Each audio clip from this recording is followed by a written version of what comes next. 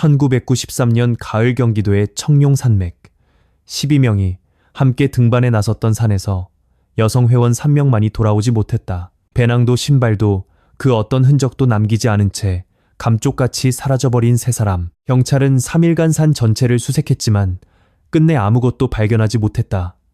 남성 9명은 무사히 하산했는데 여성 3명만 사라졌다. 우연이라고 보기에는 너무나 부자연스러운 사건이었다. 사건은 미제로 남았고 청룡산악회는 해체되었으며 사람들의 기억 속에서 조금씩 잊혀갔다. 그리고 11년 후 청룡산 서쪽의 한 임도 공사 현장에서 신원 미상의 유골이 발견된다. 그 소식을 들은 한 남자가 오랫동안 봉인해 두었던 의문을 다시 꺼내 들었다.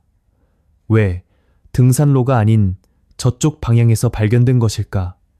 그가 조사를 시작한 순간 11년간 굳게 닫혀있던 진실의 문이 천천히 열리기 시작했다.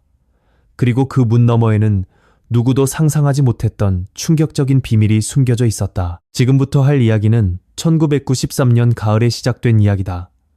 산악회 회원 중 여성 3명만이 사라진 사건, 그리고 한 남성 회원이 마침내 밝혀낸 그날의 진실. 1993년 10월 16일 토요일이었다. 경기도 수원에서 활동하던 청룡산악회의 정기 산행일이었다. 목적지는 경기도의 청룡산맥이었다. 청룡산악회는 매달 한 번씩 전국의 산을 찾는 동호회로 회원 수는 20명 남짓한 작은 모임이었다. 그날 산행에 참가한 인원은 총 12명, 남성 9명, 여성 3명이었다. 새벽 6시에 수원역 앞을 출발한 전세버스 한 대가 아침 9시경 등산로 입구에 도착했다. 회장인 김철민이 가장 먼저 버스에서 내렸다. 당시 42세로 수원에서 작은 건설회사를 운영하고 있었다. 체격이 좋고 목소리가 큰 그는 산악회에서 형님 같은 존재로 알려져 있었다. 회원들의 신망도 두터워 산행 때마다 선두에 서서 일행을 이끌었다. 그날 함께했던 회원들의 면면을 잠시 살펴보자. 부회장인 이상훈 씨는 48세의 자동차 정비공장 사장이었고 총무인 박태준 씨는 33세의 학원 수학 강사였다. 그 외에도 회사원, 자영업자 등 20대 후반부터 50대 초반까지 다양한 직업과 연령대의 남성 회원들이 있었다. 그리고 그날의 여성 회원 3명에 대해 이야기해야 한다. 첫 번째 박민지 씨, 29세. 수원 시내의 한 은행 지점에서 창구 업무를 담당하던 젊은 여성이었다. 키는 163cm 정도의 보통 체격에 숏컷 헤어스타일을 하고 있었고 늘 밝은 표정으로 사람을 대하는 성격이었다. 산악회에 들어온 것은 2년 전인 1991년으로 직장 선배의 권유로 가입했다고 한다. 민지 씨는 산을 좋아했다. 평일에는 은행 창구에 앉아 번호표 순서대로 손님을 맞는 반복되는 일상을 보냈지만 주말에는 등산화 끈을 조여매고 산에 올라 맑은 공기를 마시는 것이 유일한 낙이었다고 한다. 그날도 파란색 배낭을 메고 왔는데 배낭 옆 주머니에는 늘 가지고 다니는 파란색 보온병이 꽂혀 있었다. 안에는 따뜻한 유자차가 들어있었다. 두 번째 최수진 씨, 27세. 수원의 한 유치원에서 교사로 일하고 있었다. 동그란 얼굴에 웃음이 많은 사람으로 산악회에서는 민지 씨와 가장 친한 사이였다. 가입 시기는 민지 씨보다 반년 정도 늦었지만 나이도 비슷하고 성격도 잘 맞아 금세 친해졌다고 한다. 산행 때마다 둘이 나란히 걸으며 수다를 떠는 것이 일상이었다. 수진 씨는 사진 찍는 것을 좋아해 늘 즉석 카메라를 들고 다녔다. 단풍 사진을 찍겠다며 그날도 카메라를 2대나 가져왔다고 한다. 세 번째 이경희 씨, 32세. 수원역 근처 약국에서 약사로 일하고 있었다. 세 여성 중에서는 가장 연장자였고 차분하고 꼼꼼한 성격이었다. 산악회에는 1990년에 가입해 3년 차로 등산 실력도 여성 회원들 중에서는 단연 돋보였다. 민지 씨, 수진 씨와는 산행 때마다 함께 행동하는 사이였고 평소에도 셋이 만나 식사를 하거나 영화를 보러 다니곤 했다고 한다. 이 세 사람은 산악회 안에서 늘 함께였다. 회원들은 이 세 사람을 삼총사라고 불렀다. 산을 오를 때도 내려올 때도 뒤풀이 자리에서도 늘 붙어 다녔다. 그만큼 사이가 좋았다는 뜻이기도 하지만 훗날 이 사건의 중요한 열쇠가 될 줄은 아무도 예상하지 못했다. 아침 9시 30분 일행은 등산로를 따라 산행을 시작했다. 10월 중순의 산은 단풍이 절정이었다. 붉고 노란빛이 산 전체를 물들였고 하늘에는 구름 한 점 없이 맑게 개어 있었다. 바람도 선선하게 불어와 산행하기에는 더할 나위 없이 좋은 날씨였다. 대여섯 명씩 그룹을 지어 올라갔다. 선두에는 역시 김철민 회장이 섰고 체력이 좋은 남성 회원 서너 명이 그 뒤를 따랐다. 중간에는 삼총사 세 사람이 이야기를 나누며 나란히 걸었고 뒤쪽에는 연배가 있는 회원들이 천천히 자신의 페이스에 맞춰 올라왔다. 수진 씨가 즉석 카메라로 여기저기 단풍 사진을 찍자 경희 씨는 필름 아까우니 함부로 찍지 말라며 타박했다고 한다. 민지 씨는 그 사이에서 웃으며 걷고 있었다. 흔하고 화기애애한 가을 산행의 한 장면이었다. 등산로는 잘 정비되어 있었지만 정상 부근으로 갈수록 경사가 가팔라졌다. 그래도 회원 대부분이 등산 경험이 있는 사람들이라 큰 무리 없이 오를 수 있었다. 새 여성 회원도 마찬가지였다. 특히 경희 씨는 3년차 베테랑이었고 민지 씨와 수진 씨도 이 정도 사는 문제없는 실력이었다. 낮 12시 30분경 일행은 정상 부근의 넓은 터에 도착했다. 그곳에서 각자 가져온 김밥이나 삶은 달걀 과일 등을 꺼내 점심을 먹었다. 민지 씨는 자신의 보온병에 담아온 유자차를 수진 씨, 경희 씨에게 나눠주었고 세 사람은 단풍을 배경으로 함께 사진도 찍었다. 수진 씨의 즉석 카메라에 담긴 그 사진은 세 사람이 함께 찍은 마지막 사진이 되었다. 점심을 마치고 김철민 회장이 일어서며 말했다. 자, 슬슬 내려갑시다. 해 짧아지기 전에 내려가야지. 오후 이시경 하산이 시작되었다. 올라올 때와 마찬가지로 김 회장이 선두에 섰고 회원들은 자연스럽게 흩어져 각자의 페이스로 내려갔다. 문제는 하산 도중에 일어났다. 등산로 중간쯤에 십자로 된 갈림길이 있었다. 오른쪽은 주차장으로 내려가는 정식 등산로였고 왼쪽은 서쪽 방향으로 이어지는 비공식 산길이었다. 이정표는 세워져 있었지만 왼쪽 길 쪽은 표시가 희미해서 잘 모르는 사람은 지나치기 쉬운 곳이었다. 선두그룹의 남성 회원 몇 명은 빠른 걸음으로 이미 갈림길을 지나 한참 아래로 내려간 상태였다. 뒤쪽 그룹은 아직 꽤 위쪽에 있었다. 중간쯤에서 걷고 있던 삼총사 세 사람이 갈림길 부근에 다다랐을 때 앞뒤로 다른 회원의 모습은 보이지 않는 상태였다. 그리고 바로 이 지점에서 세 사람의 모습이 사라졌다. 처음에는 아무도 이상하게 생각하지 않았다. 산행 중에 조금 뒤처지는 일쯤은 흔했기 때문이다. 세 사람이 단풍을 구경하며 천천히 내려오고 있겠거니 수진 씨가 사진을 찍느라 멈춰 섰겠거니 다들 그렇게 생각했다. 오후 사시경 선두 그룹이 주차장에 도착했다. 30분 정도 지나자 나머지 남성 회원들도 하나둘 내려왔다. 그런데 여성 3명의 모습이 보이지 않았다. 처음에는 대수롭지 않게 생각했다. 아직 안 왔나? 셋이서 수다 떨면서 천천히 오나 보지. 누군가 그렇게 말했고 모두들 고개를 끄덕이며 기다렸다. 하지만 10분이 지나고 20분, 30분이 지나도 세 사람은 나타나지 않았다. 해가 서쪽으로 기울기 시작했고 산 위에서 불어오는 바람이 점점 차가워지고 있었다. 김철민 회장의 표정이 굳어졌다. 이상한데. 셋 다 진작 내려왔어야 하는데. 그는 남성 회원 3명과 함께 다시 산을 올랐다. 등산로를 따라가며 민지 씨, 수진 씨, 경희 씨의 이름을 불렀지만 돌아오는 것은 메아리뿐이었다. 갈림길까지 올라가 주변을 둘러보았지만 세 사람의 흔적은 어디에도 없었다. 해가 졌다. 산속은 급격히 어두워졌고 더 이상의 수색은 위험했다. 어쩔 수 없이 하산한 김철민 회장은 초조한 얼굴로 주차장에 선 채 한 가지 결단을 내렸다. 저녁 7시 경찰에 실종 신고가 접수되었다. 산악회 여성 회원 3명이 하산 도중 연락이 끊겼습니다. 3명 다 돌아오지 않고 있습니다. 신고를 받은 경찰관은 이상하게 생각했다고 한다. 한 명도 아니고 3명이 동시에, 그것도 전원 여성 회원만. 단순한 조난이라고 보기에는 석연치 않은 점이 있었다. 다음 날인 10월 17일 일요일 날이 밝기 전부터 수색이 시작되었다. 경찰서 소속 형사들과 기동대원 소방서의 산악구조대, 그리고 지역 주민 자원봉사자까지 합세해 총 50여 명이 그 산에 투입되었다. 실종자가 3명이나 되는 만큼 평소보다 대규모의 수색이 이루어졌다. 산악회 회원들도 버스를 타고 다시 와서 수색에 동참했다.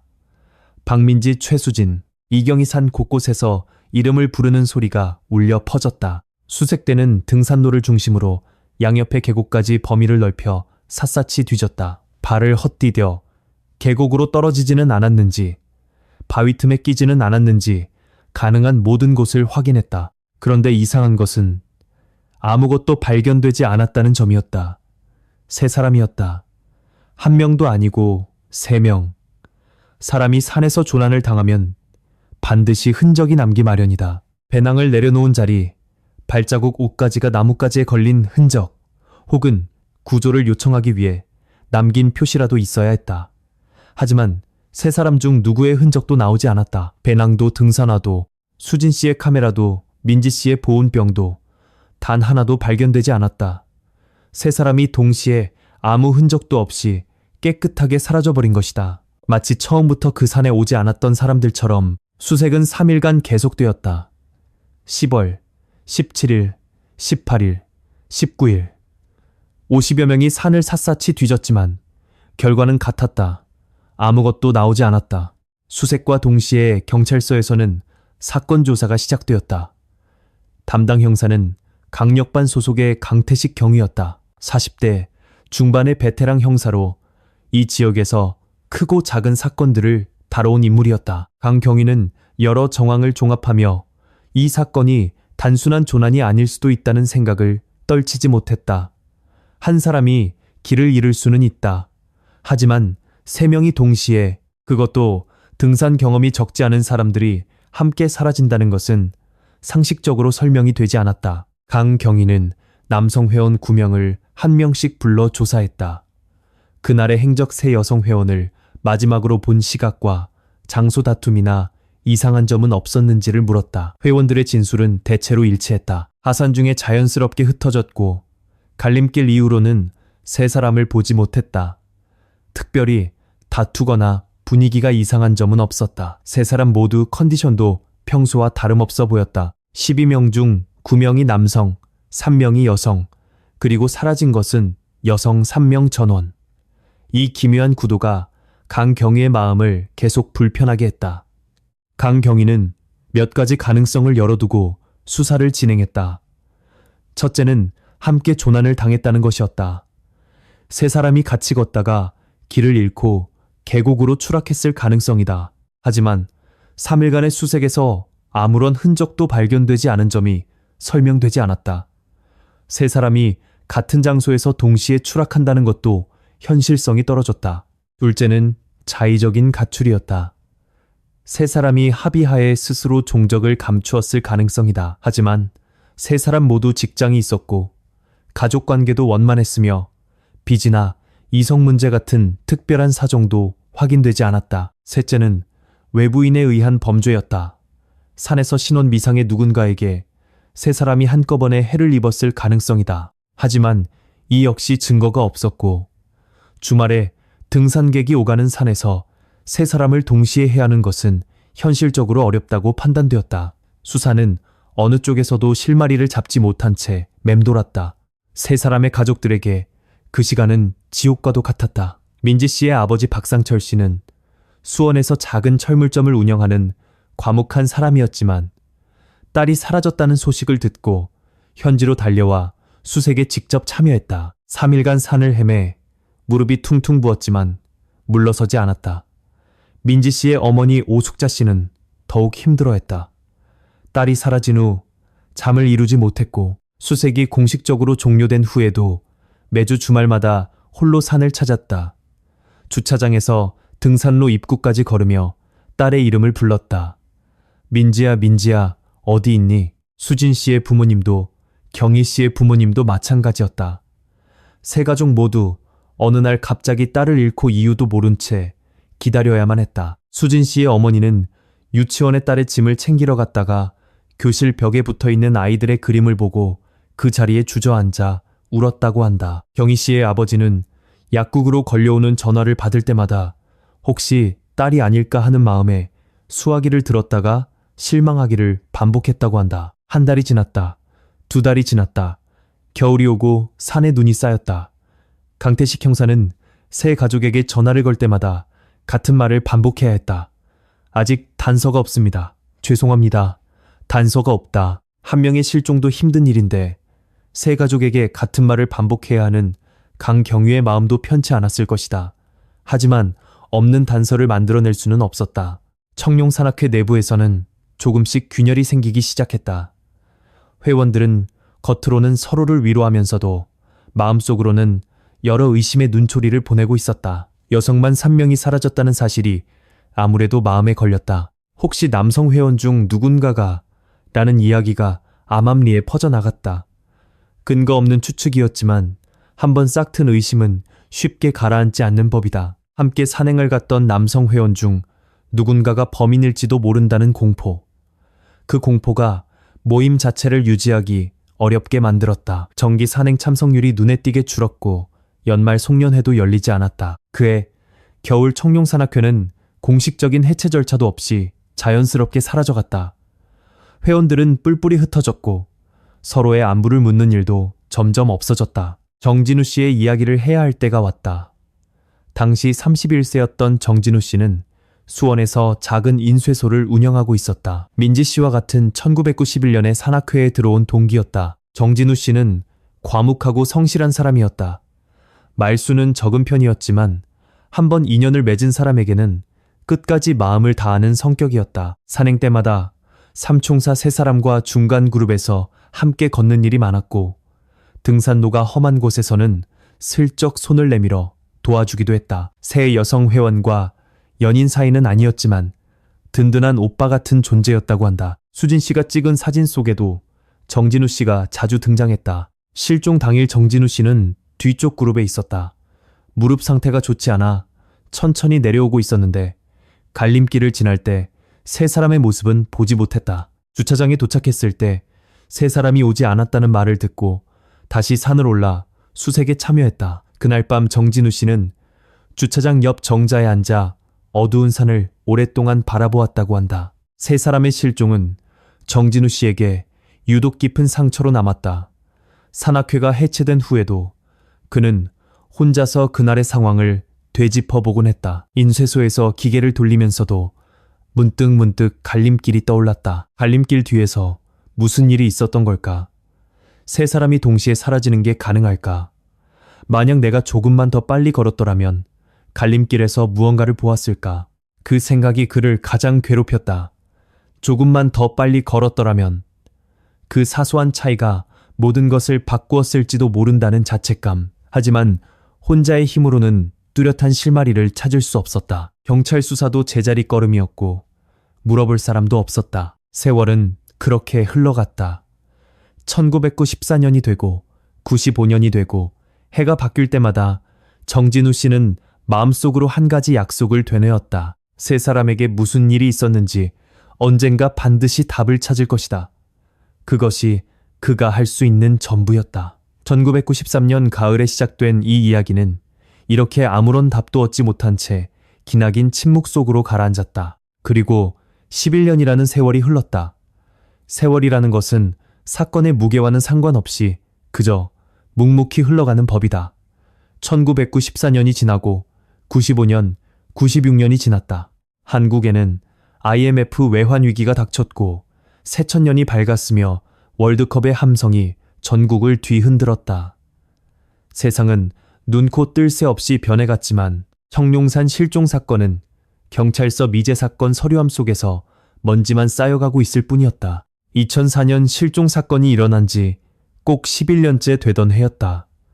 그해 3월 청룡산 서쪽 산기슭에서 새로운 임도 공사가 시작되었다. 임도란 산림 관리를 위해 산속에 내는 좁은 길을 말한다. 도에서 산림청 예산을 받아 진행하는 사업으로 청룡산 서쪽 아래쪽 사면을 깎아 약 3km 구간에 새로운 임도를 내는 공사였다. 3월 중순의 어느 날이었다. 굴삭기가 사면의 흙을 파내던 중 운전석에 앉아있던 기사가 이변을 감지했다. 버킷에 무언가 단단한 것이 걸리는 감촉이 든 것이다. 처음에는 나무 뿌리려니 생각했다. 그런데 흙이 거치자 하얀 것이 보였다. 뼈였다. 기사는 굴삭기를 멈추고 내려서 자세히 살펴보았다. 흙 속에서 길쭉한 뼈 하나가 튀어나와 있었고 그 주변으로 더 많은 뼈, 조각들이 흩어져 있는 것이 보였다. 기사는 즉시 현장 감독에게 알렸고 감독은 바로 경찰에 신고했다. 공사는 중단되었다. 경찰서 형사팀과 과학수사팀 감식반이 현장으로 출동했다. 그들이 현장에서 확인한 것은 예상보다 심각한 상황이었다. 유골이 한 구가 아니었다. 사면의 약 20m 구간에 걸쳐 세 군데에서 각각 유골이 발견된 것이다. 모두 심하게 손상되어 있었고 10년 이상 흙 속에 묻혀 있었던 것으로 보였다. 세 지점은 서로 5m에서 10m 간격으로 떨어져 있었고 마치 누군가 일부러 간격을 두고 매장한 듯한 배치였다. 유골과 함께 나온 유품도 있었다. 녹슨 스테인리스 보온병 하나, 썩어서 거의 형체를 알아볼 수 없는 천 조각 몇 개, 그리고 부식되어 뭉쳐버린 작은 플라스틱 덩어리 하나. 그 플라스틱 덩어리는 훗날 즉석 카메라의 잔해로 확인되었다. 국립과학수사연구원으로 유골이 송부되었고 정밀 감식이 시작되었다. 감식 결과가 나오기까지는 약 한 달이 걸렸다. 국과수의 초기 분석 결과는 이러했다. 첫째, 세 구 모두 여성의 것이었다. 연령은 20대 후반에서 30대 초반으로 추정되었고 사망 추정 시기는 약 10년에서 12년 전이었다. 셋째, 세 구의 유골 모두에서 외부 충격에 의한 손상 흔적이 있었으나 부식이 심해 정확한 사인을 특정하기는 어려운 상태였다. 이 소식은 지방지의 단신으로 보도되었다. 청룡산 인근임도 공사 현장서 신원비상 여성 유골 3구 발견 작은 기사였다. 사회면 한 구석에 실린 10줄 남짓한 짧은 보도였다. 대부분의 사람들에게는 스쳐 지나가는 뉴스였을 것이다. 하지만 수원에서 인쇄소를 운영하며 살아가던 정진우 씨에게 그 짧은 기사는 심장이 멎는 듯한 충격이었다. 정진우 씨가 그 기사를 발견한 것은 4월 초의 어느 저녁이었다. 인쇄소 일을 마치고 귀가해 거실에서 석간신문을 펼쳤을 때였다. 사회면을 넘기다가 청룡산이라는 세 글자가 눈에 들어왔다. 평소 같았으면 무심코 지나쳤을 것이다. 하지만 정진우 씨에게 청룡산은 보통의 단어가 아니었다. 기사를 읽는 그의 눈이 한 줄 한 줄 내려갈수록 커졌다. 청룡산 서쪽 산기슭, 여성 유골 3구, 10년 12년 전 사망 추정. 신문을 쥔 손이 떨리기 시작했다. 청룡산, 여성, 세구. 정진우 씨의 머릿속에 1993년 10월 16일의 풍경이 파노라마처럼 펼쳐졌다. 등산로 입구에 모였던 12명 단풍으로 물든 산길 갈림길, 그리고 돌아오지 못했던 세 사람의 얼굴. 박민지, 최수진, 이경희. 11년간 단 한 번도 잊어본 적 없는 이름들이었다. 정진우 씨는 그날 밤 잠을 이루지 못했다. 다음 날 아침 인쇄소 문도 열지 않고 곧장 경찰서에 전화를 걸었다. 1993년에 청룡산에서 여성 산악회 회원 3명이 실종된 사건이 있었습니다. 저는 당시 같은 산악회 회원이었습니다. 최근 공사 현장에서 발견된 유골이 그 세 사람일 가능성이 있다고 생각합니다. 전화를 받은 경찰관은 처음에는 반신반의했다. 하지만 미제 사건 기록을 확인하고 나서 태도가 바뀌었다. 1993년 청룡산 여성 3인 실종 사건 기록이 남아 있었다. 경찰은 새 실종자의 가족에게 연락을 취했다. 민지 씨의 어머니, 오숙자 씨, 수진 씨의 아버지, 최병만 씨, 경희 씨의 어머니, 이정심 씨, 세 가족 모두에게 DNA 대조검사를 부탁했다. 2달 후 결과가 나왔다. 2004년 6월 국과수에서 보내온 감식 보고서의 결론은 명확했다. 발견된 유골 3구의 DNA는 각각 오숙자 씨, 최병만 씨, 이정심 씨의 것과 친자 관계로 일치했다. 박민지, 최수진, 이경희. 11년 만에 세 사람이 발견된 것이다. 결과를 통보받은 민지 씨의 어머니 오숙자 씨는 전화기를 붙잡고 한참을 울었다고 한다. 이른이 넘은 나이에 딸의 죽음을 공식적으로 확인한 것이다. 11년간 혹시 살아있지 않을까 하는 한 가닥 희망을 놓지 못했던 어머니에게 그것은 가장 고통스러운 확인이었을 것이다. 수진 씨의 아버지 최병만 씨는 오히려 잘 됐다고 말했다고 한다. 시신도 못 찾고 평생을 보내는 것보다는 낫다고. 그 말을 하면서도 눈물은 멈추지 않았다고 한다. 경희 씨의 어머니 이정심 씨는 결과를 듣고도 한참 말이 없었다고 한다. 그저 고개만 끄덕일 뿐이었다고. DNA 결과를 확인한 정진우 씨는 슬픔과 동시에 강한 의문을 느꼈다. 유골이 발견된 장소가 이상했기 때문이다. 정진우 씨는 경찰서를 직접 찾아가 발견 현장의 위치를 확인했다. 경찰이 보여준 지도를 본 순간 정진우 씨의 미간에 깊은 주름이 잡혔다. 유골이 발견된 곳은 등산로에서 서쪽으로 약 2km 떨어진 험한 사면이었다. 정식 등산로에서 완전히 벗어난 곳이었다. 등산객은커녕 산림 관계자도 거의 가지 않는 외진 장소였다. 정진우 씨는 고개를 저었다. 세 사람 모두 등산 경험이 있는 사람들이었습니다. 특히 경희 씨는 3년차 베테랑이었어요. 길을 잃었더라도 서쪽 방향으로 2km나 걸어갈 이유가 전혀 없었습니다. 게다가 세 사람이 함께였으니 한 사람이 판단을 잘못했더라도 나머지 두 사람이 바로잡아 주었을 겁니다. 그리고 결정적으로 발견된 상태가 이상했다.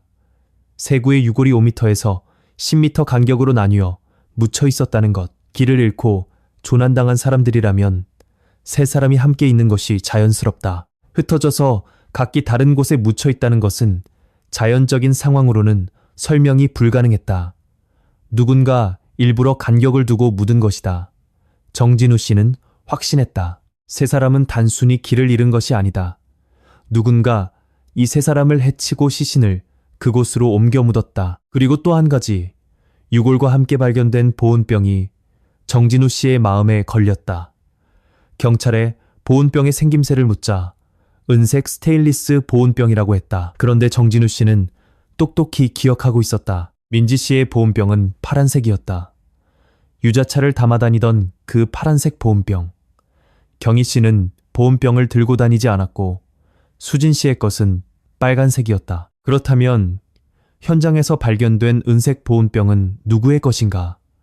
세 사람의 것이 아니라면 다른 누군가의 것이라는 말이 된다. 범행 현장에 범인의 소지품이 남았을 가능성이 있었다. 정진우 씨의 심장이 빠르게 뛰기 시작했다. 정진우 씨는 11년 전의 기억을 하나하나 끄집어내기 시작했다.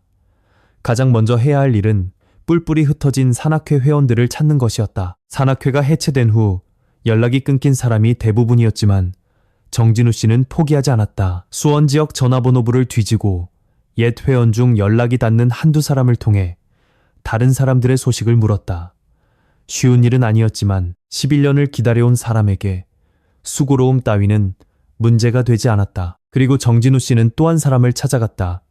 당시 사건을 담당했던 강태식 전 경위다. 이미 경찰을 퇴직한 강 전 경위는 이 지역 교회에서 작은 낚시터를 운영하고 있었다. 정진우 씨가 갑작스럽게 찾아가 인사를 했을 때 강 전 경위는 갈색 모자를 쓴 채 낚싯대를 손질하고 있었다. 강 경위님, 저를 기억하시겠습니까? 1993년 실종 사건 때 산악회원이었던 정진우입니다. 강 전 경위는 한동안 정진우 씨를 쳐다보더니 천천히 고개를 끄덕였다. 아, 기억나네. 인쇄소 하던 친구로군. 그런데 갑자기 무슨 일인가? 정진우 씨는 유골 발견 소식과 DNA 확인 결과를 전했다. 청룡산 서쪽 사면에서 유골 3구가 발견된 것. 그것이 민지 씨와 수진 씨, 경희 씨로 확인된 것. 발견 장소가 등산로에서 2km나 떨어져 있고 유골이 나뉘어 묻혀 있었던 것.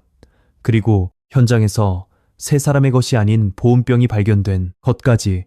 이야기를 듣는 동안 강전 경위의 표정이 점점 굳어갔다. 낚싯대를 손질하던 손이 멈췄다. 한참을 침묵하던 강전 경위가 입을 열었다. 나도 그때 석연치 않은 게 있었어. 정진우 씨는 귀를 기울였다. 회원들 진술이 너무 깨끗했단 말이지. 강전 경위는 낚싯대를 내려놓고 정진우 씨를 똑바로 쳐다보았다. 9명이나 되는 사람이 3명이 사라지는 걸 아무도 못 봤다. 그것도 같은 등산로에서. 그런 일이 가능할까? 나는 그때도 이상하다고 생각했어. 하지만 증거가 없었지. 진술은 다들 칼같이 맞고 물증은 하나도 안 나오고 결국 미제로 남길 수밖에 없었어. 강전 경위는 잠시 말을 멈췄다가 이었다. 그런데 이제 뼈가 나왔다지. 그것도 등산로에서 한참 떨어진 곳에서 나뉘어 묻힌 채로. 그건 조난이 아니야. 누군가 죽여서 묻은 거지. 정진우 씨는 강전 경위의 눈을 보았다. 거기에는 11년간 풀지 못했던 사건에 대한 미련과 이제라도 진실을 밝혀야 한다는 결의가 함께 담겨 있었다. 그때 남성 회원들 중에 특별히 의심스러운 사람은 없었습니까? 정진우 씨는 조심스럽게 물었다. 강전 경위는 대답 대신 한숨을 쉬었다. 그리고 잠시 후 무겁게 입을 열었다. 의심이라기보다 한 가지 걸리는 게 있었지. 하지만 그것만으로는 근거가 부족해서 더 파고들지 못했어. 지금이라면. 강전 경위는 말을 흐렸다. 지금이라면 어떻습니까? 정진우 씨, 당시 회원들의 진술을 다시 모아볼 수 있겠나? 그때는 나 혼자서 9명을 조사했는데 놓친 게 있을지도 몰라. 사람 기억이라는 게 묘해서 그 자리에서는 생각 안 나다가도 세월이 한참 지나서 문득 떠오르는 것도 있거든. 정진우 씨는 고개를 끄덕였다. 제가 해보겠습니다. 그날 정진우 씨는 낚시터를 나서며 낡은 수첩을 꺼냈다. 거기에는 청룡산악회 회원 12명의 이름이 적혀 있었다. 11년 전 사건 직후에 적어둔 것이었다. 세 여성의 이름 옆에는 작은 동그라미 표시가 되어 있었다. 박민지, 최수진, 이경희. 정진우 씨는 수첩을 다시 주머니에 넣고 수원으로 돌아가는 시외버스에 올랐다. 11년간 닫혀있던 문의 열쇠는 반드시 어딘가에 있을 것이다. 그리고 그 열쇠는 9명의 남성 회원 중 누군가가 쥐고 있을 것이 틀림없었다. 정진우 씨는 차창 밖으로 흘러가는 산들을 바라보며 조용히 주먹을 쥐었다. 2004년 7월 정진우 씨는 본격적으로 옛 산악회 회원들을 찾아 나서기 시작했다. 쉬운 일은 아니었다. 11년이라는 세월은 사람들의 삶을 크게 바꾸어 놓기에 충분한 시간이었기 때문이다. 이사를 간 사람, 직업이 바뀐 사람, 연락처가 통째로 바뀐 사람이 부지기수였다.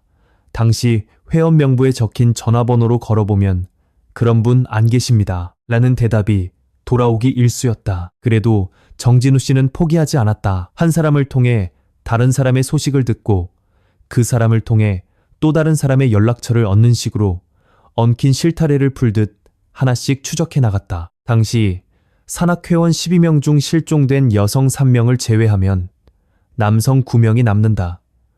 그 9명 중에서 정진우 씨 본인을 제외하면 8명. 이 8명의 행방을 수소문한 결과 연락이 닿은 사람은 6명이었다. 한 명은 캐나다로 이민을 갔고 한 명은 도무지 연락처를 찾을 수 없었다. 정진우 씨는 연락이 닿은 6명을 한 명씩 만나기 시작했다.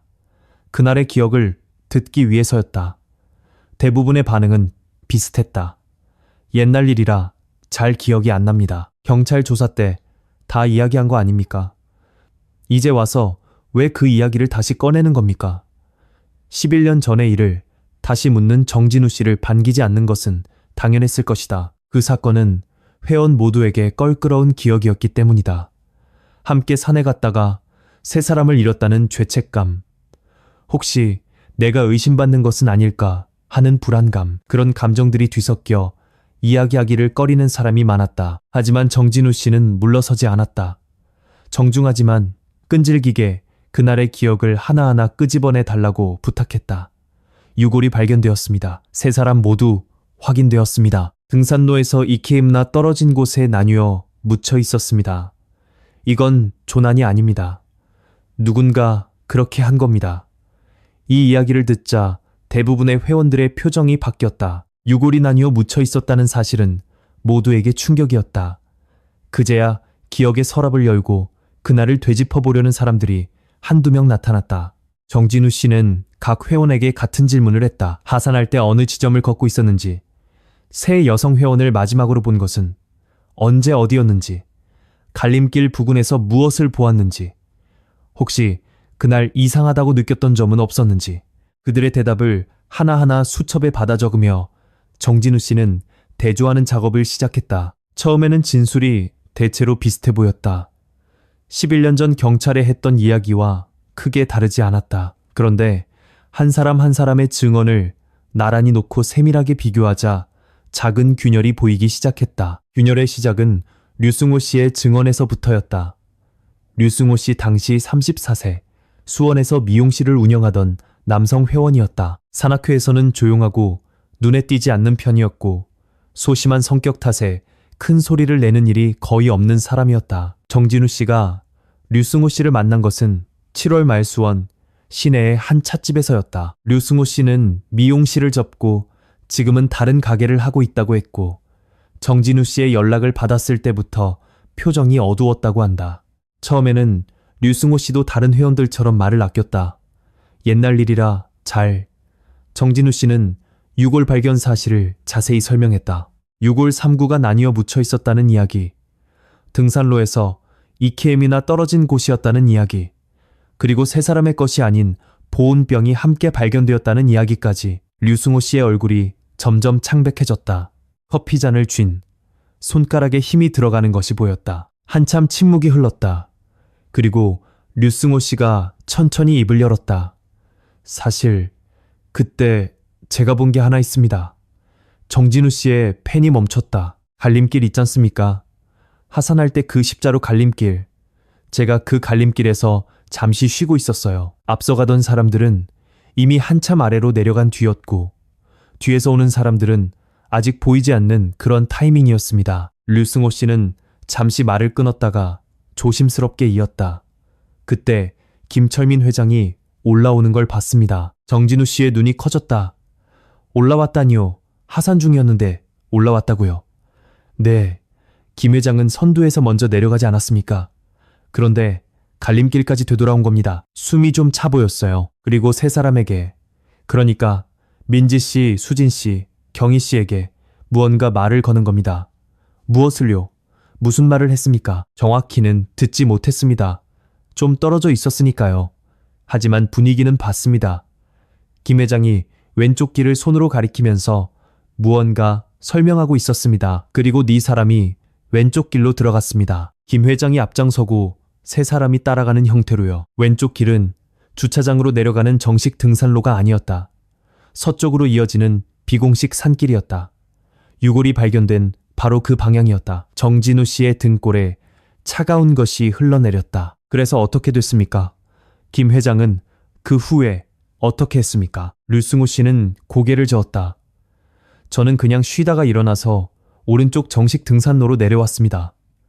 왼쪽 길도 어디선가 합류하는 줄 알았죠. 워낙 김 회장이 산을 잘 아는 사람이니까 다른 길로 내려가 보자는 거겠거니 하고요. 그게 마지막이었습니다. 정진우 씨는 펜을 쥔 손에 힘이 들어가는 것을 느꼈다. 당시 경찰 조사에서 김철민 회장은 이렇게 진술했다. 하산 씨 계속 선두에 있었으며 새 여성 회원과 따로 행동한 적은 없다. 그 진술이 사실이라면 류승호 씨가 본 것은 무엇이란 말인가? 류승호 씨의 기억이 맞는다면 김철민은 거짓말을 하고 있었다. 정진우 씨는 류승호 씨에게 물었다. 류 선생님이 이야기를 당시 경찰에 했습니까? 류승호 씨의 표정이 복잡하게 일그러졌다. 했습니다. 정진우 씨는 놀랐다. 했는데 왜 수사에 반영이 안 된 겁니까? 그게 형사님이 별로 중요하게 생각하지 않으셨어요. 제가 워낙 말주변이 없기도 하고 우물쭈물하기도 했고요. 그리고 무엇보다 김 회장이 실종 신고도 직접 했고 가장 먼저 산으로 돌아가 수색도 하지 않았습니까?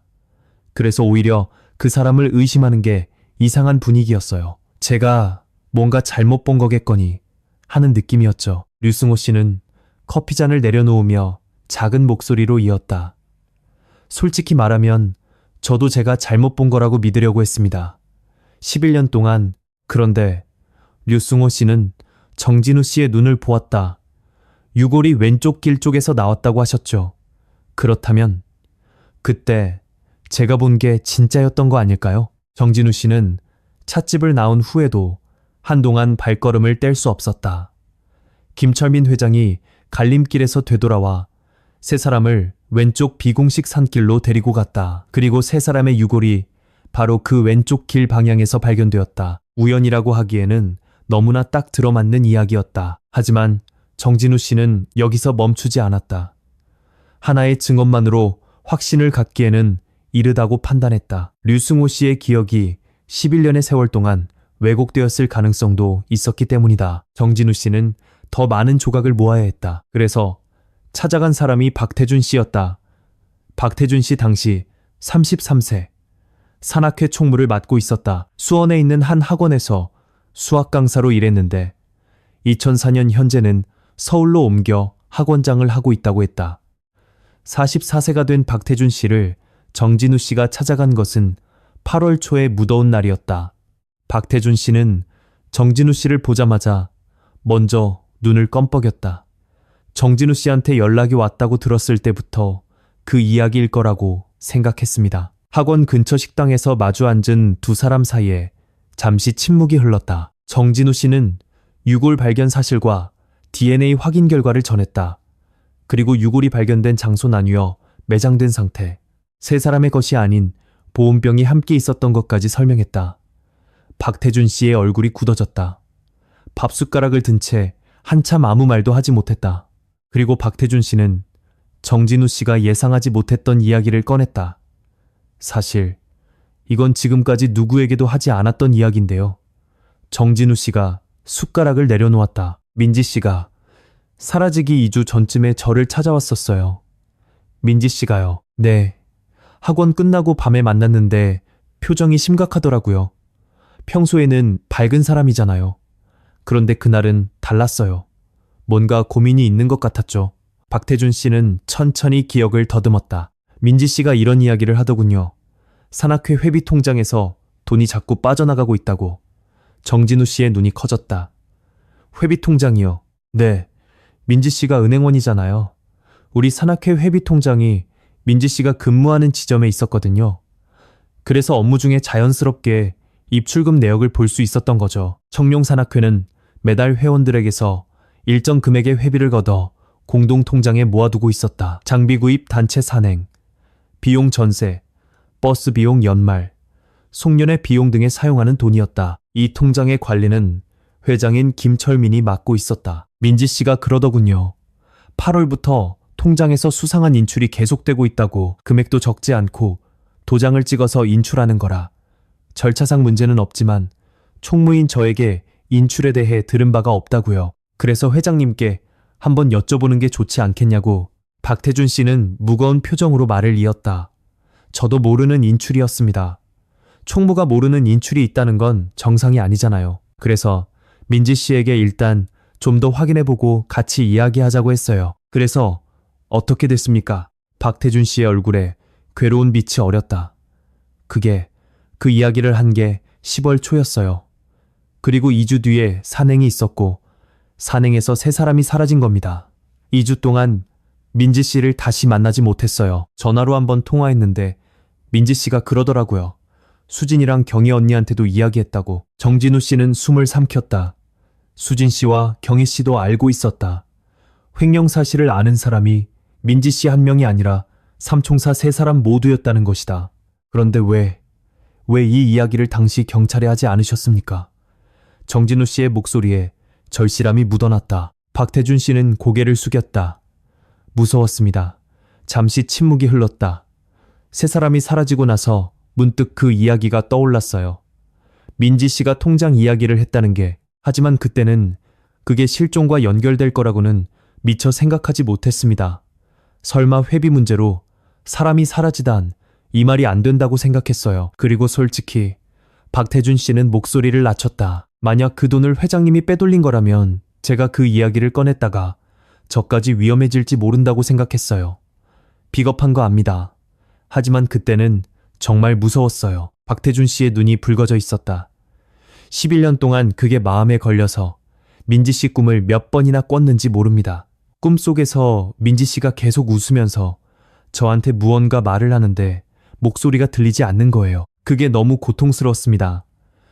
정진우 씨는 식당을 나서며 머릿속에서 퍼즐 조각을 맞추기 시작했다. 하나 민지 씨가 산악회 회비 통장에 수상한 인출을 발견했다. 둘 민지 씨는 그 사실을 수진 씨와 경희 씨에게도 알렸다. 셋 횡령 사실을 아는 사람이 세 사람이 되었다. 내 통장을 관리하던 사람은 회장 김철민이었다.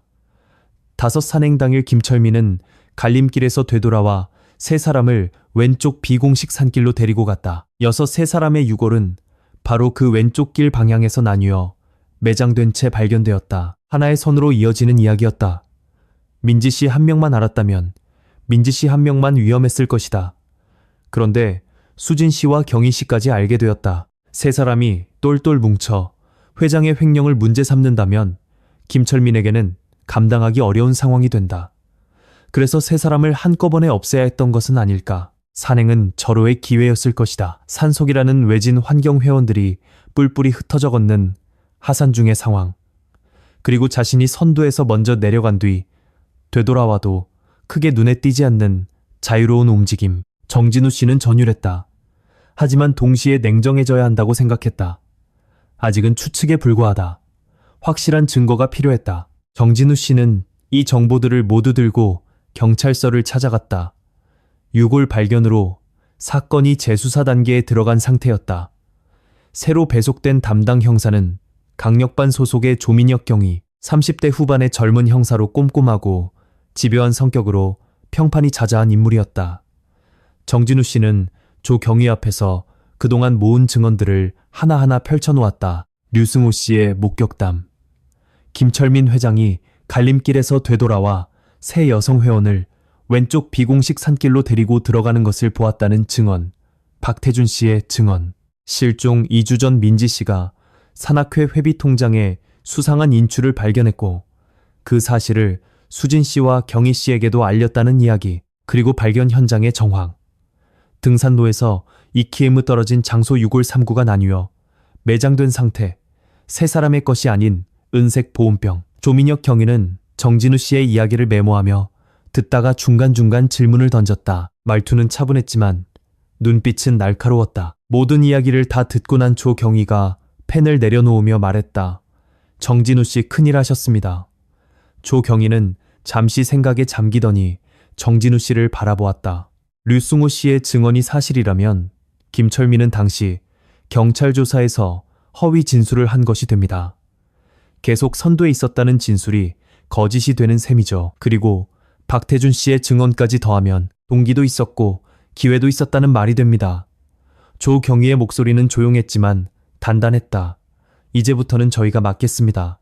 류승호 씨와 박태준 씨의 공식 진술을 확보하고 김철민에 대한 본격적인 수사에 들어가겠습니다. 정진우 씨는 고개를 끄덕였다. 자신이 할 수 있는 일은 여기까지라는 것을 알고 있었다. 이제부터는 경찰의 몫이었다. 하지만 경찰서를 나서는 정진우 씨의 가슴 한 구석에는 여전히 무거운 것이 가라앉아 있었다. 김철민, 산악회에서 형님이라 불리던 사람, 산행 때마다 선두에 서서 길을 안내하고 뒤처지는 사람을 챙기던 사람, 세 사람이 사라진 후 가장 먼저 산에 올라 이름을 부르며 수색하고 경찰 신고까지 직접 했던 사람. 그 사람이 정말로 세 사람을 해친 것이라면 그 선두에 서서 수색하던 모습은, 그 걱정스러운 목소리는 전부 연기였다는 말이 된다. 정진우 씨는 경찰서 앞벤치에 한참 앉아 하늘을 올려다보았다. 8월의 하늘은 높고 맑았지만 마음은 납덩이처럼 무거웠다. 민지 씨, 수진 씨, 경희 씨, 11년간 흙 속에 묻혀있던 세 사람에게 이제야 빛이 닿기 시작하고 있었다. 2004년 8월 중순 조민혁 경위는 김철민에 대한 본격적인 수사에 착수했다. 하지만 서두르지는 않았다. 11년 전의 사건을 파헤치는 것은 쉬운 일이 아니었다. 물증은 세월에 사갔고 증인들의 기억은 희미했다. 섣불리 움직였다가 틈을 보이면 오히려 범인을 놓칠 수도 있는 상황이었다. 조경희는 한 걸음씩 한 커플씩 벗겨내기로 했다. 가장 먼저 한 일은 류승호 씨와 박태준 씨의 공식 진술을 확보하는 것이었다. 두 사람 모두 경찰서에 직접 출두해 진술 조서를 작성했다. 류승호 씨는 갈림길에서 목격했던 장면을, 박태준 씨는 민지 씨에게서 들었던 회비 이야기를 상세히 진술했다. 특히 류승호 씨의 목격 진술은 무게가 있었다. 김철민 회장이 선두에서 먼저 내려간 후 갈림길까지 되돌아와 새 여성 회원을 왼쪽 비공식 산길로 데리고 들어갔다. 이 진술이 사실이라면 김철민이 당시 경찰에 했던 계속 선두에 있었다는 진술은 명백한 거짓이 된다. 조경희는 여기서 한 발 더 나아갔다. 당시 산행에 참가했던 다른 회원들에게도 연락을 취해 김철민의 하산 동선에 대한 추가 진술을 확보하려 했다. 그 과정에서 흥미로운 증언이 하나 더 나왔다. 당시 회원이던 고영철 씨, 30대의 회사원이었던 그는 하산중 선두그룹에 있었다. 조경유의 전화를 받고 한참 생각하던 그는 이렇게 말했다. 확실하게는 말 못하겠는데요. 갈림길을 지날 때 김 회장님 모습이 안 보였어요. 선두에서 저보다 앞에 있었는데 갈림길 근처에서 어느샌가 뒤로 빠져 있더라고요. 그때는 화장실이라도 갔나 보다 했는데 선두에서 걷던 김철민이 갈림길 부근에서 사라졌다가 다시 나타났다. 류승호 씨의 증언과 딱 들어맞는 이야기였다. 김철민은 선두에서 슬쩍 빠져나와 갈림길까지 되돌아갔던 것이다. 조경위의 수첩에 또 하나의 선이 그어졌다. 다음으로 조경위가 추적한 것은 산악회비 통장이었다. 민지 씨가 근무했던 수원 소재 은행 지점에 과거 거래 내역 조회를 의뢰했다.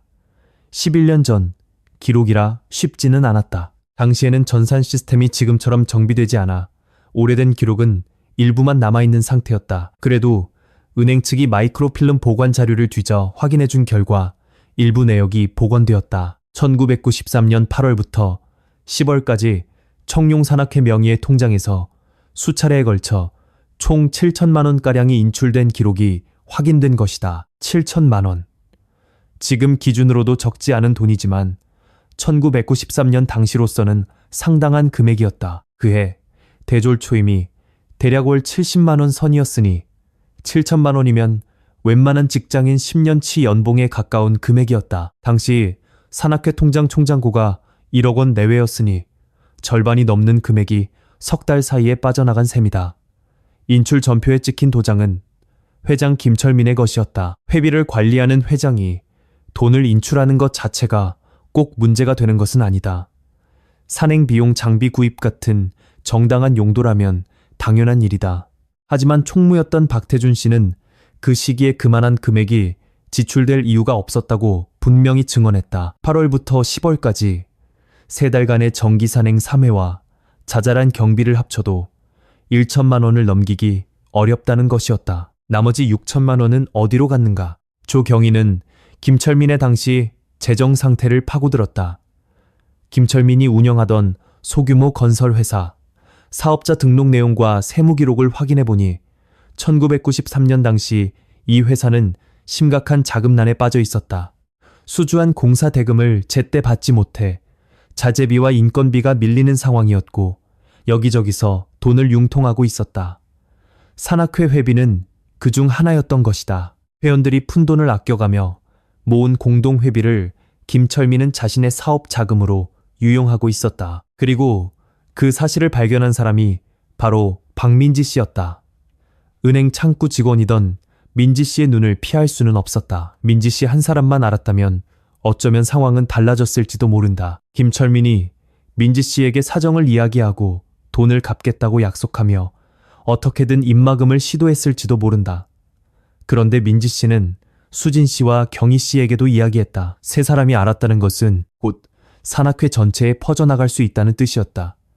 그렇게 되면 횡령이 드러나는 것은 물론 이미 자금난에 허덕이던 김철민의 사업과 신용은 완전히 무너질 터였다. 김철민에게 세 사람은 반드시 입을 막아야 하는 존재가 되어버린 것이다. 2004년 9월 초 조민혁 경위는 김철민을 경찰서로 불렀다. 참고인 조사라는 명목이었다. 유골이 발견된 사건과 관련해 당시 산악회 회원에게 확인할 것이 있다는 식으로 출석을 요구했다. 김철민은 순순히 응했다. 2004년 현재 53세가 된 그는 여전히 수원에서 건설 관련 사업을 하고 있었다. 머리가 희끗희끗해졌지만 체격은 여전히 다부졌고 경찰서로 들어서는 태도도 제법 여유 있어 보였다. 조사실에서 마주 앉은 조경희가 물었다. 1993년 10월 16일 산행 당일 하산 씨의 본인 동선에 대해 다시 한번 말씀해 주시죠. 김철민은 담담하게 대답했다. 그날 제가 선두에서 내려왔습니다. 계속 앞서 걸었고 새 여성 회원과 따로 행동한 적은 없습니다. 주차장에 먼저 도착해서 기다리고 있었는데 세 사람이 내려오지 않아서 걱정이 돼 다시 올라가 수색했습니다. 11년 전과 똑같았다. 토시 하나 다르지 않은 마치 암기한 듯한 답변이었다. 조경희는 표정 하나 바꾸지 않고 다음 카드를 꺼냈다. 김 회장님, 하산 도중 갈림길까지 되돌아간 적이 있습니까? 김철민의 눈동자가 미세하게 흔들렸다. 아주 찰나의 순간이었지만 조경희는 놓치지 않았다. 되돌아가다니요. 아니요. 그런 적 없습니다. 그렇습니까? 조경희는 서류 한 장을 꺼내 김철민 앞에 놓았다.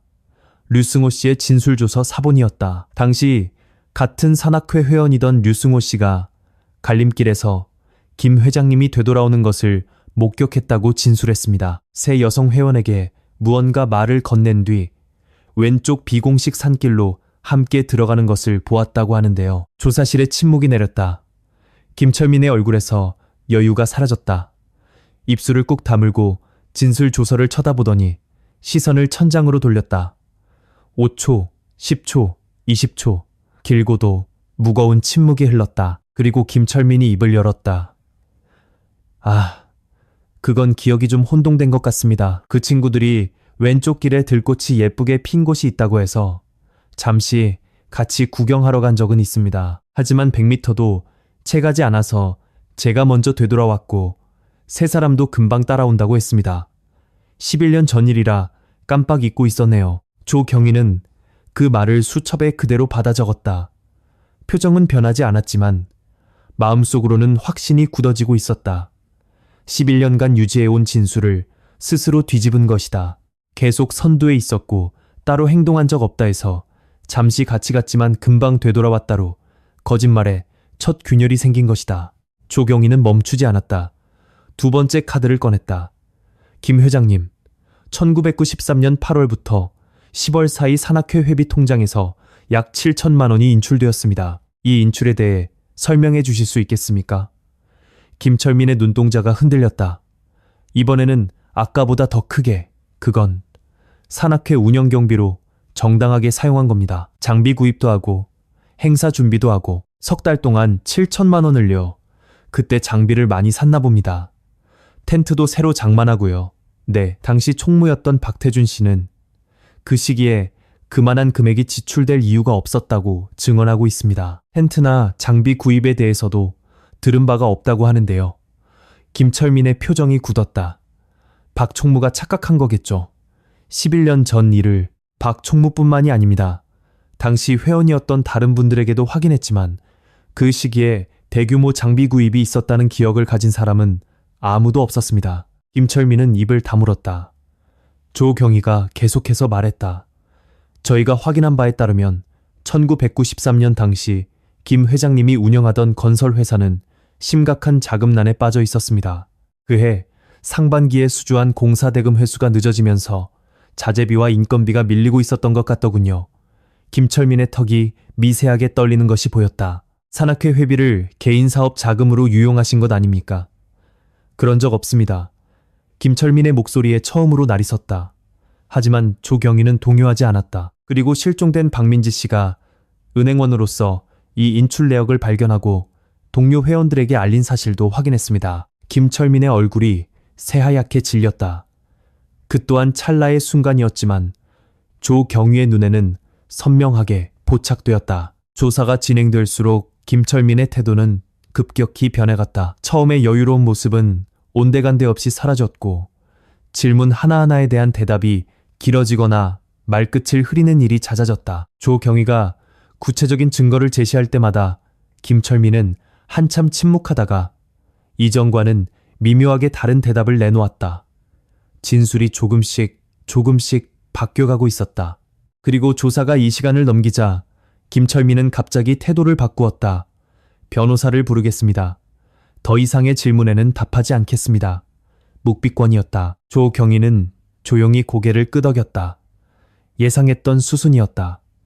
조사를 중단하고 김철민을 돌려보내면서 조경희는 마음속으로 다음 단계를 정리하고 있었다. 진술의 균열은 확보했다. 동기도 드러났다. 하지만 재판에서 유죄를 받아내려면 결정적인 물증이 필요했다. 물증은 이미 경찰의 손에 있었다. 유골과 함께 발견된 은색 보온병. 그것이 열쇠였다. 조경희는 국립과학수사연구원에 보온병에 대한 정밀 감식을 의뢰했다. 보온병은 10년 이상 흙 속에 묻혀 있어 부식 상태가 심했지만 국가수 감식관들은 기적과도 같은 결과를 이끌어냈다. 심하게 부식된 보온병의 밑면, 녹과 흙을 조심스럽게 제거하자 표면에 희미하게 새겨진 글자가 나타났다. 세 글자 KCM, 김철민의 이니셜이었다. 당시 산악회 회원들 사이에서는 개인 물품에 이름이나 이니셜을 새기는 것이 유행이었다고 한다. 단체로 산에 가면 보온병이나 수통, 도시락통 같은 것이 섞이기 쉬우니 자기 것에 표시를 해두는 것이다. K, C, M, 김철민의 이니셜이었다. 조경위가 이 결과 보고를 받았을 때 수사팀 사무실에 잠시 정적이 흘렀다고 한다. 그리고 누군가 낮은 목소리로 말했다. 이걸로 됐습니다. 범행 현장에 범인의 소지품이 남은 것이다. 세 사람의 것이 아닌 보온병이 6월 3구와 함께 등산로에서 2km 떨어진 외진 사면에서 발견되었다. 그리고 그 보온병에는 김철민의 이니셜이 새겨져 있었다. 물증은 이것으로 끝나지 않았다. 국과수는 6월 3구에 대한 정밀 감식 결과도 추가로 보고했다. 세 구의 6월 모두 두개골에서 외부 충격에 의한 골절 흔적이 발견된 것이다. 민지 씨의 6월에서는 두개골 후면, 즉 뒤통수 부분에 둔기로 가격당한 것으로 추정되는 함몰 골절이 확인되었다. 수진 씨와 경희 씨의 6월에서도 동일한 부위에 비슷한 형태의 골절 흔적이 나왔다. 세 사람 모두 뒤에서 머리를 가격당했다. 추락사가 아니었다. 조난도 아니었다. 누군가 뒤에서 세 사람의 머리를 차례로 가격한 것이다. 산에서 쉽게 구할 수 있는 돌이나 굵은 나뭇가지 같은 것이 흉기로 사용되었을 것으로 추정되었다. 조경희의 수사팀은 이 감식 결과를 토대로 사건의 전모를 재구성하기 시작했다. 그리고 결정적인 한 수가 더 있었다. 조경희는 당시 산행에 참가했던 이상훈 씨를 찾아갔다. 이상훈 씨 부회장이었던 사람이다. 당시 48세였으니 2004년 현재는 59세가 되었을 것이다. 수원에서 정비공장을 운영하다가 몇 년 전 건강이 나빠져 가게를 접고 집에서 쉬고 있었다. 조경희가 방문했을 때 이상훈 씨는 의외로 차분한 표정이었다고 한다. 마치 언젠가 누군가 찾아올 것을 알고 있었다는 듯이 드릴 말씀이 있습니다. 조경희가 자리에 앉기도 전에 이상훈 씨가 먼저 입을 열었다. 11년 동안 이 말을 해야 하나 말아야 하나 고민했습니다. 그런데 유골이 나왔다는 소식을 듣고 더는 숨겨서는 안 되겠다고 생각했습니다. 조경희는 녹음기를 켜고 조용히 들었다. 그날 하산에서 주차장에 모였을 때 일입니다. 세 사람이 안 와서 다들 걱정하고 있었지 않습니까? 김 회장이 남성 회원 3명을 데리고 다시 올라가겠다고 했을 때 저는 주차장에 남아 있었습니다. 버스 기사님께 상황 설명을 하고 있었거든요. 이상훈 씨는 잠시 말을 멈췄다가 이었다. 그때 김 회장의 손을 봤습니다. 양손 손톱 밑까지 시커먼 흙이 빽빽하게 끼어 있었습니다. 조경희가 물었다. 산행 중에 손에 흙이 묻는 건 흔한 일 아닙니까? 산행 중이라면 그렇죠. 하지만 손톱 밑까지 시커멓게 낀 건 좀 다릅니다. 등산하다가 손에 흙이 묻는 정도가 아니라 맨손으로 무언가를 파내지 않으면 그 정도로 끼지는 않습니다. 저도 정비공장에서 기름때가 손톱 밑에 끼는 걸 잘 압니다. 그거랑 똑같았어요. 이상훈 씨의 목소리가 살짝 떨렸다. 그때는 수색하러 올라갔다 와서 그런가 보다 했어요. 그런데 가만히 생각해보니 수색하러 올라간 건 그 후였고 주차장에 모였을 때 이미 손에 흙이 묻어 있었던 겁니다. 하산하는 동안 손에 그 정도로 흙이 묻을 일이 뭐가 있겠습니까? 맨손으로 무언가를 팠다. 6월 3구가 나뉘어 묻혀 있었다는 사실을 떠올리면 그 말이 무엇을 의미하는지는 명백했다. 이상훈 씨는 마지막으로 이렇게 말했다. 양심이 찔려서 이 말을 못하고 11년을 살았습니다. 그동안 마음 편한 날이 하루도 없었습니다. 이제는 할 말은 해야지요. 증거가 모였다. 류승호 씨의 목격 증언 김철민이 갈림길에서 세 여성 회원을 왼쪽 비공식 산길로 데리고 갔다. 고영철 씨의 보강 증언 선두에 있던 김철민이 갈림길 부근에서 사라졌다. 박태준 씨의 증언 민지 씨가 산악회비 횡령을 발견했고 수진 씨와 경희 씨도 그 사실을 알았다. 은행거래 기록 석 달간 7천만 원이 인출되었고 총무도 모르는 지출이었다. 김철민의 진술 번복, 따로 행동한 적 없다 해서 잠시 같이 갔다로 바뀌었다. 보온병에 이니셜 범행 현장에서 발견된 은색 보온병에 새겨진 KC, M 각인, 6월 감식 결과 6월 3구 모두 뒤통수의 둔기에 의한 골절 흔적, 이상훈 씨의 증언 하산 후 김철민의 손에 흙이 빽빽하게 끼어 있었다. 하나하나는 조각이었지만 모두를 잇자 하나의 그림이 되었다. 그리고 그 그림의 중심에는 김철민이 있었다. 2004년 9월 23일 검찰은 김철민을 살인 혐의로 체포 기소했다. 피의자 김철민 53세. 공소 사실은 1993년 10월 16일 경기도 청룡산에서 박민지, 최수진, 이경희 3명을 살해하고 시신을 유기한 혐의였다. 체포영장이 집행되던 날 김철민은 아무 말도 하지 않았다고 한다. 수갑이 채워지는 동안 고개를 숙이고 있어 표정을 읽을 수는 없었다고. 이 뉴스는 전국 뉴스로 보도되었다.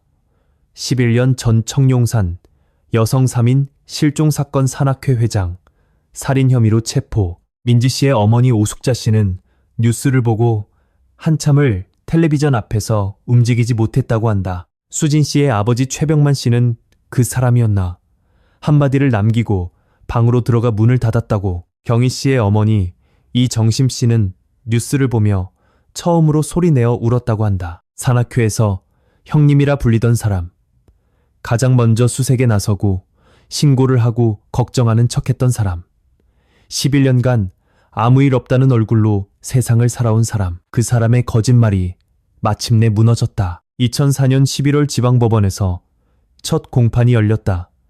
법정 방청석은 가득 찼다. 새 희생자의 유가족 취재온 기자들, 그리고 사건에 관심을 가진 시민들이 자리를 메웠다. 방청석 한쪽에는 민지 씨의 어머니 오숙자 씨가, 그 옆에는 수진 씨의 아버지 최병만 씨와 경희 씨의 어머니 이정심 씨가 나란히 앉아 있었다.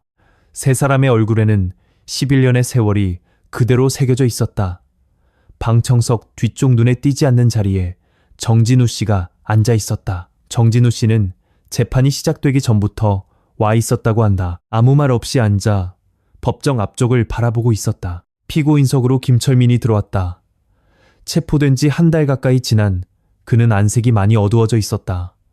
수갑을 찬 두 손을 앞으로 모은 채 자리에 앉았다. 방청석의 유가족들과는 끝내 눈을 마주치지 않았다. 재판은 3개월에 걸쳐 5차례 공판으로 진행되었다. 검찰은 수사 과정에서 확보한 증거들을 하나하나 법정에 제출했다.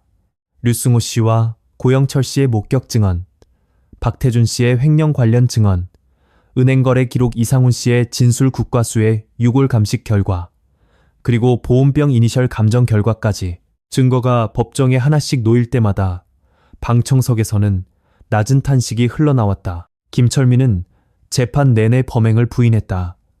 변호인을 통해 이렇게 주장했다. 피고인은 당시 세 여성 회원에게 들꽃을 보여주기 위해 잠시 왼쪽 산길에 동행한 것은 사실이나 100m도 채가지 않고 되돌아왔으며 세 사람을 해친 사실이 없다. 보온병의 이니셜은 우연의 일치이며 회비 인출은 산악회 운영 목적이었다. 11년 전의 모호한 기억에 기반한 증인들의 진술은 신빙성이 부족하다. 변호인의 주장은 논리적으로 들리는 부분도 있었다. 실제로 11년 전의 기억은 불완전할 수 있고 정황 증거만으로 유죄를 확정하는 것에 대한 법리적 다툼의 여지도 있었다. 하지만 검찰이 재구성한 사건의 전모는 모든 증거와 정황을 하나의 흐름으로 꿰뚫는 것이었다. 검찰이 법정에서 제시한 사건의 재구성은 이러했다. 1993년 여름 김철민은 자신의 건설회사가 심각한 자금난에 빠지자 손대기 쉬운 돈에 눈을 돌렸다. 자신이 관리하던 산악회 공동회비 통장이었다. 8월부터 10월까지 석 달간 수차례에 걸쳐 총 7천만 원을 인출했다. 나중에 사업이 회복되면 메워놓으면 된다고 생각했을 것이다. 그런데 예상치 못한 일이 벌어졌다. 산악회 회비 통장이 개설되어 있던 은행의 창구 직원이 바로 회원인 박민지 씨였던 것이다.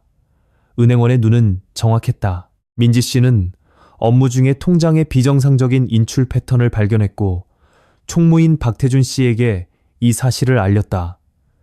문제는 민지 씨가 혼자만 알고 있지 않았다는 점이다. 늘 함께 다니던 수진 씨와 경희 씨에게도 이야기한 것이다. 세 사람은 다음 산행이 끝나면 회장에게 직접 따져 묻자는 이야기까지 나왔던 것으로 추정된다. 김철민이 이 사실을 어떤 경로로 알게 되었는지는 정확히 밝혀지지 않았다. 박태준 씨를 통해서였을 수도 있고 다른 회원의 입을 통해서였을 수도 있으며 민지 씨의 태도 변화를 눈치챘을 수도 있다. 중요한 것은 김철민이 산행 전에 이미 세 사람이 횡령 사실을 알고 있다는 것을 인지했다는 점이었다. 세 사람이 입을 열면 어떻게 될까?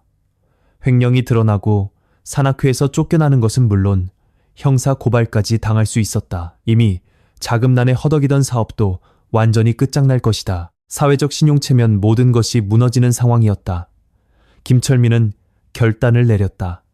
검찰은 그것이 산행 전에 이미 계획된 범행이었다고 주장했다. 10월 16일 산행 당일 김철민은 평소처럼 선두에 서서 일행을 이끌었다. 오를 때도 점심을 먹을 때도 아무런 이상한 기색을 보이지 않았다. 하산이 시작되었을 때도 마찬가지였다. 평소처럼 선두에 서서 내려갔다.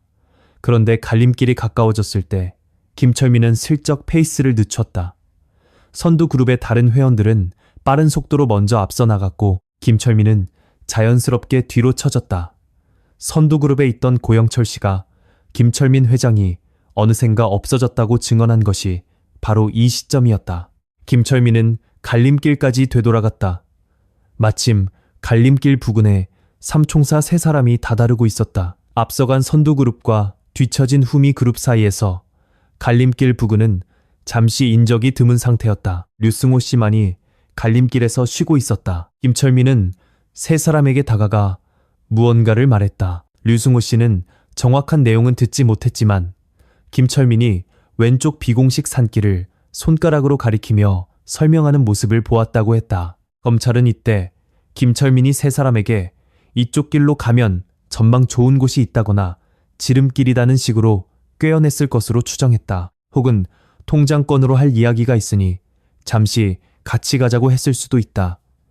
어떤 말이었든 세 사람은 김철민을 따라 왼쪽 길로 들어섰다. 산악회에서 형님이라 불리던 사람이었으니 의심할 이유가 없었을 것이다. 왼쪽 비공식 산길은 정식 등산로와는 달리 사람의 발길이 거의 닿지 않는 곳이었다. 수풀이 우거져 있었고 조금만 안으로 들어가면 밖에서는 전혀 보이지 않는 외진 공간이 있었다. 검찰의 추정에 따르면 김철민은 세 사람을 비공식 산길의 외진 지점까지 데려간 후 주변에서 발견한 돌이나 굵은 나뭇가지로 뒤에서 가격했다. 먼저 선두에서 걷다가 뒤돌아본 것인지 혹은 세 사람이 경치를 구경하는 사이 뒤에 서였는지 6월 3구 모두 뒤통수에 둔기에 의한 함몰 골절이 있었다는 국과수의 감식 결과가 이 추정을 뒷받침한다. 세 사람 모두 공격을 예상하지 못한 상태에서 뒤에서 가격당한 것이다.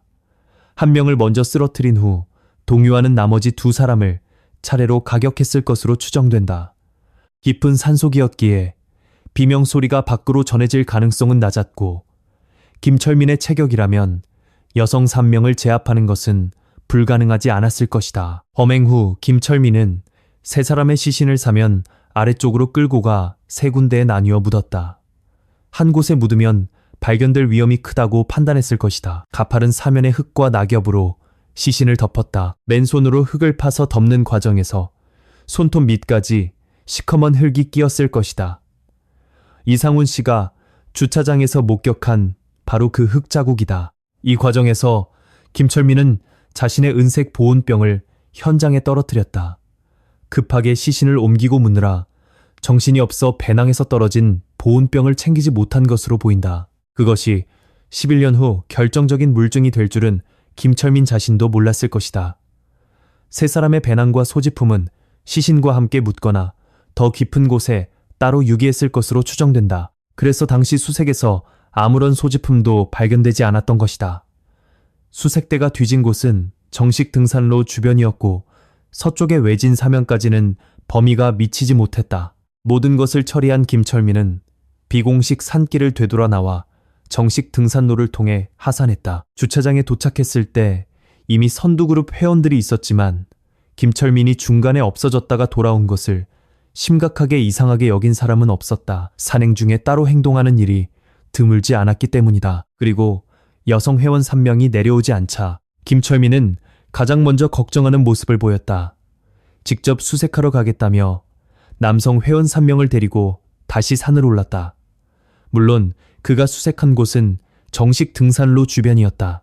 시신이 묻힌 서쪽 사면 쪽으로는 가지 않았을 것이다. 수색에 실패한 뒤에는 직접 경찰에 신고까지 했다. 범인이 수색의 선두에 서고 신고의 주체가 되었다. 가장 걱정하는 사람이 실은 가장 잘 아는 사람이었던 것이다. 완벽한 위장이었다. 검찰의 논고가 끝난 후 법정에는 무거운 정적이 흘렀다.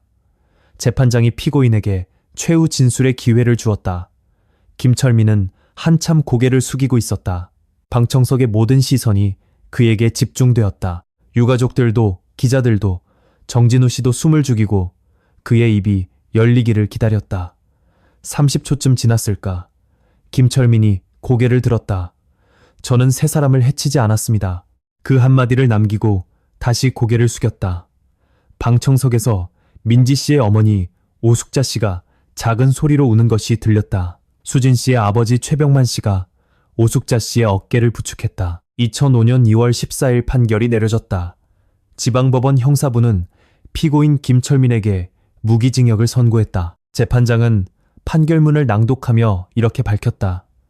피고인은 개인적인 금전 문제를 은폐하기 위해 세 젊은 여성의 생명을 앗아갔다. 피해자들은 피고인을 신뢰하는 같은 산악회 회원이었으며 피고인은 이 신뢰를 악용하여 피해자들을 외진 곳으로 유인한 뒤 범행을 저질렀다. 범행 후에도 피고인은 수색과 신고의 선두에 서서 자신의 범행을 철저히 위장했으며 11년간 아무런 양심의 가책 없이 평범한 일상을 살아왔다. 피해자 3명의 고귀한 생명이 고작 7천만 원의 횡령을 감추기 위해 희생되었다는 사실은 어떠한 변명으로도 용납될 수 없다. 유가족들이 11년간 겪은 고통은 가히 헤아릴 수 없으나 법이 할 수 있는 최선을 다해 피해자들의 원혼을 달래고자 한다. 무기징역 판결이 선고되는 순간 법정에 웅성거림이 일었다. 민지 씨의 어머니 오숙자 씨는 두 손으로 얼굴을 감싸고 소리 없이 울었다. 수진 씨의 아버지 최병만 씨는 천장을 올려다보며 크게 숨을 내쉬었고 경희 씨의 어머니 이정심 씨는 핸드백에서 손수건을 꺼내 눈물을 닦으면서도 얼굴을 똑바로 들고 있었다. 김철민은 미동도 하지 않았다. 고개를 숙인 채 아무런 표정도 짓지 않았다. 김철민 측은 항소했다. 하지만 2심에서도 판결은 유지되었다. 대법원 상고도 기각되었다. 재판이 끝난 후 세 가족의 유가족들은 딸들의 유고를 인도받아 각각 장례를 치렀다. 민지 씨는 수원 근교의 공원묘지에 안치되었다. 수진 씨도 같은 공원묘지에 멀지 않은 곳에 묻혔다. 수진 씨의 아버지 최병만 씨가 민지 곁에 있으면 외롭지 않을 것이라고 말했다고 한다. 경희 씨는 고향인 부산의 가족묘에 안치되었다. 12년 만에 장례식이었다. 세 사람이 산에서 사라진 것이 1993년 10월이었고 비로소 가족의 품으로 돌아온 것이 2005년 봄이었다. 참으로 길고 긴 시간이었다. 2005년 4월에 어느 주말 정진우 씨는 수원의 공원 묘지를 찾았다. 민지 씨와 수진 씨의 묘가 나란히 있는 곳이었다. 묘비에는 두 사람의 이름과 생몰년 그리고 간결한 문구가 새겨져 있었다. 정진우 씨가 묘 앞에 서 있는데 뒤에서 발소리가 들렸다. 돌아보니 민지 씨의 어머니 오숙자 씨였다. 이른을 넘긴 오숙자 씨는 허리가 많이 굽어 있었지만 발걸음은 단단했다. 꽃다발을 안고 천천히 다가오던 오숙자 씨가 정진우 씨를 알아보고 걸음을 멈췄다. 두 사람은 잠시 말없이 서로를 바라보았다. 정 선생님, 오숙자 씨가 먼저 입을 열었다.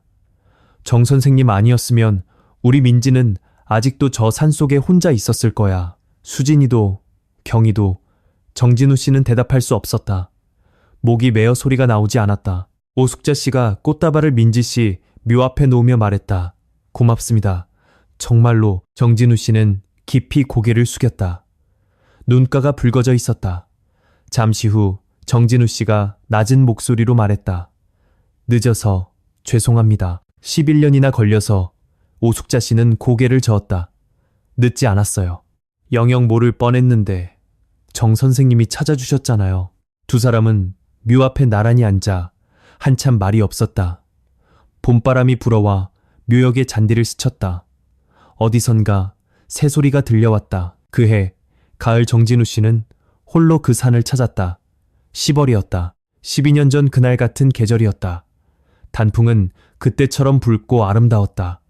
하늘은 높고 맑았고 바람은 시원했다. 산은 12년 전과 조금도 달라지지 않은 것처럼 보였다. 정진우 씨는 등산로를 천천히 올랐다. 정상까지 가지는 않았다. 갈림길까지만 올랐다. 십자로 된 갈림길. 오른쪽은 주차장으로 내려가는 정식 등산로, 왼쪽은 서쪽으로 이어지는 비공식 산길. 이정표는 그대로였고 왼쪽 길 입구에는 수풀이 우거져 있었다. 정진우 씨는 갈림길 한가운데 서서 왼쪽 길을 한참 바라보았다. 이 길로 들어갔구나. 형님이라 부르던 그 사람을 따라서 아무런 의심 없이 민지 씨도, 수진 씨도, 경희 씨도. 정진우 씨는 작은 가방에서 무언가를 꺼냈다. 파란색 보온병이었다. 민지 씨가 늘 가지고 다니던 것과 같은 색이었다. 물론 민지 씨의 것은 아니다. 정진우 씨가 새로 산 것이다. 보온병 뚜껑을 열었다. 안에는 따뜻한 유자차가 들어있었다. 정진우 씨는 보온병 뚜껑에 유자차를 따라 갈림길 바닥에 조용히 부었다. 그리고 혼잣말처럼 중얼거렸다. 민지 씨, 수진 씨, 경희 씨, 부디 편히 쉬세요. 바람이 불었다. 붉은 단풍잎 하나가 갈림길 위로 떨어졌다. 나무십 구르는 소리가 사각사각 들렸다. 산은 아무 말도 하지 않았다. 12년 전에도 지금도, 하지만 더는 비밀을 품고 있지는 않았다. 세 사람의 이야기는 끝났다. 흙 속에 묻혀있던 진실은 마침내 세상 밖으로 나왔고 그녀들의 이름은 요야 그 제자리를 찾았다. 남겨진 이들의 슬픔까지 사라지는 것은 아닐 것이다. 그것은 세월이 아무리 흘러도 쉽게 옅어지지 않는 법이니까. 다만 이제는 안다. 그날 무슨 일이 있었는지를, 세 사람에게 무슨 일이 닥쳤는지를, 그리고 누가 그랬는지를. 안다는 것과 모른다는 것은 하늘과 땅 차이다. 정진우라는 한 남자가 놓지 않았던 11년의 기억. 그 기억이 만들어낸 늦었지만 결코 헛되지 않았던 정의. 이것이 1993년 가을 그 산에서 일어났던 사건의 전부이다.